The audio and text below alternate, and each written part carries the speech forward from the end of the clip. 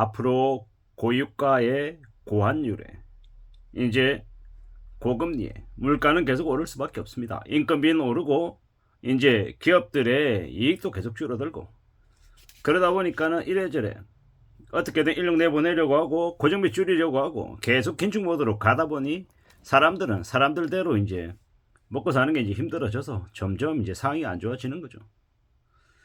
한쪽에서는 청년 여정 얘기 나오고 또 다른 쪽에서는 청년 일자리가 이제 부족한데 누가 누구를 이렇게 힘들게 만드는 건 아닌가 뭐 이런 얘기들도 하고 좀 난리가 나고 있죠. 상황이 꽤 안 좋습니다. 내수가 계속 침체되고 있고요. 세금은 계속 늘어날 형색이고 이게 어떻게 되려나 어떤 일이 앞으로 벌어지려나 걱정이나 고민들이 계속 많습니다. 기득권들, 재벌가, 족벌가들, 정치든 경제든 뭐 민주당이든 국민의힘이든 거대 여야당들은 가진 자들이기에 그들은 자기들 입맛대로 지금 현재 살아가고 있습니다. 당신은 좌파다, 당신은 우파다, 이찍이다, 뭐 은근한 이찍이다, 뭐 일찍이다 이런 얘기가 뭐가 의미가 있냐라는 겁니다. 그것보다 지금 더 중요한 거는 서민들이 당장 먹고 사는 문제, 실생활이 더 필요한 것 같습니다. 그리고 전 사기 당하는 피해자들 어떻게든 구제해 줄 생각해야 될 것 같고 빌라왕 같은 사기치는 놈들은 엄격하게 처벌해서 다시는 그런 놈들이 생기지 않게끔 해야 될 것 같습니다. 근데 지금은 무정부 상태 이제 아비규환 지옥 같은 느낌이죠. 무책임한 관료들이 방조하고 방치해서 전 사기를 당한 이들이 되게 많고 온갖 이런저런 여러가지 부동산 사기, 주식 사기, 사기가 판치는 게 지금의 세상이다 보니까 좀 많이 우려스럽죠. 이게 나라인가 싶을 정도로 좀 너무 사악하죠. 전세자금 대출받아서 전세 들어가게 하는 게 그게 지옥판을 깐 이제 밑바탕이었다라고 생각합니다. 이명박 때부터 시작하고 뭐 박근혜가 5억까지 전세자금 대출 올리고 뭐 문재인은 7억까지 올리고 뭐 계속해서 이어왔던 거죠. 보수 정부는 안 그랬고 민주정부는 그랬고 민주정부 때 부동산이 폭등하고 보수 정부 때는 집값이 내려가고 이게 뭐 그 시기 때 그런 일이 벌어진 거지. 보수 정부라고 부동산을 무조건 활성화시키고 떨어뜨리고 무조건 책임이 있고 없고 이런 게 아니라는 겁니다. 제가 계속해서 문재인과 윤석열 관련해서 이제 이전 정부 지금 정부 얘기하는데 의견들이 되게 분분한데 뭐 결국 의견을 어떤 식으로 갖냐가 중요한 게 아니라 지금 현재 우리네 상황이 어떠하냐가 더 중요한 것 같습니다. 2024년에 부동산 거래 관련해서 7만 5천 건 중에서 1만 8천 건이 미등기인 상태가 지금입니다. 사실상 시세 조작, 거래 조작을 했다라고 보면 맞습니다. 그리고요, 보증한도를 높여놔서 전세 대출 늘어나고 그 때문에 깡통주택 확대되고 계속 이제 부동산이 위험한 시장이 됐죠. 사실상 전세 대출을 해주면 안 된 거였는데 그걸 무분별하게 해준 거죠. 무분별하게 해준 겁니다. 주택보증공사, 국토교통부 전부 다 알고 있었으면서 그냥 방치하고 나몰라라 한 탓에 부동산 시장이 개막장이 되었습니다. 전세가 투기에 이용되지 않게 정부가 관리해야 되는데 안 했다라는 거죠. 전세 사기가 판치기에 내버려 두는 이놈의 나라가 사기꾼 공화국이 아니고 뭐냐라는 겁니다. 감당 못할 절망을 겪은 무수히 많은 사람들에게는 지금 정부가 없다라고 생각합니다.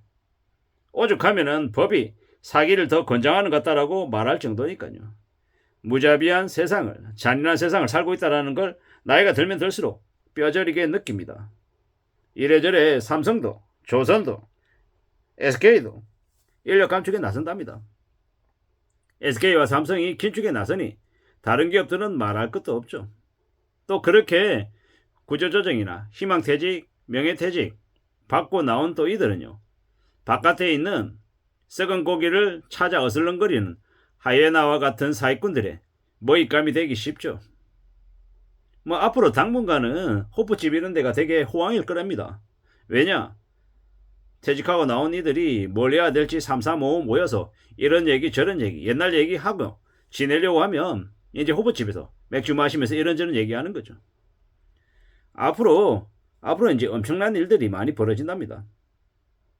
계백수와 빚쟁이들이 넘쳐난다라는 거죠. 앞으로 직업이 신분이 되는 시대가 되는 겁니다. 지금 함부로 월급 적다, 일하는 일이 힘들다, 어렵다, 이런 배부른 소리 하면 안 되는 시기가 지금 시기인 것 같습니다. 당장 이번 달에 잘려서 월급이 안 나오면 어떻게 됩니까? 생활이 안 돼서 힘들어하는 이들이 되게 많다라는 겁니다. 가난하면 남보다 더 악착같이 살아야 되고 돈 벌려고 애써야 됩니다. 지금 빚더미 인생 이막 5060 자영업자들의 빚이 3억 5천이랍니다. 1인당 평균 말입니다. 금융권들은 거의 못 받겠다라고 생각하는 돈이랍니다. 3억 5천에 100만 명 치면 얼마입니까? 350조입니다. 350조. 1200조 중에서 350조가 날아가는 회수 불가 금액이다라고 보면 맞겠습니다. 지금도 집을 사야 된다. 고점 대비 20% 떨어진 지금 가격을 잘 지켜보고 부동산 경매로 제2의 월급을 만들어야 된다라고 얘기하는 이들 상당수가 가짜이고 사기꾼인 경우가 많습니다. 지금은요, 거짓을 말하고 가짜를 말하고 유혹하고 현혹하는 얘기를 하면 사람들이 환호하고 고마워하고 진실을 말하면 지루하고 꼰대라고 얘기하는 시대가 돼버렸습니다. 개막장이죠, 개막장. 지금의 시대는 좀 엉망입니다.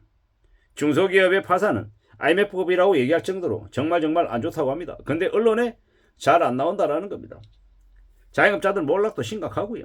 먹고 사는 게 없어가지고 난리라고 하는데 어떻게 살아야 되겠습니까? 안전하게 살 궁리해야 됩니다. 빚이 쉽게 없어집니까? 없어지지 않습니다. 목숨 걸고 살아야 될 시기가 지금이다라는 겁니다. 별거 아닌 것처럼 괜찮게 쉽게 돈 벌 수 있는 길이 있다. 너도 나도 다 우리 한번 다 부자 돼보자. 이렇게 환상을 부추기는 이들은 현실 세계에서 조금만 어려운 일이 생기면 그냥 꼬꾸라집니다.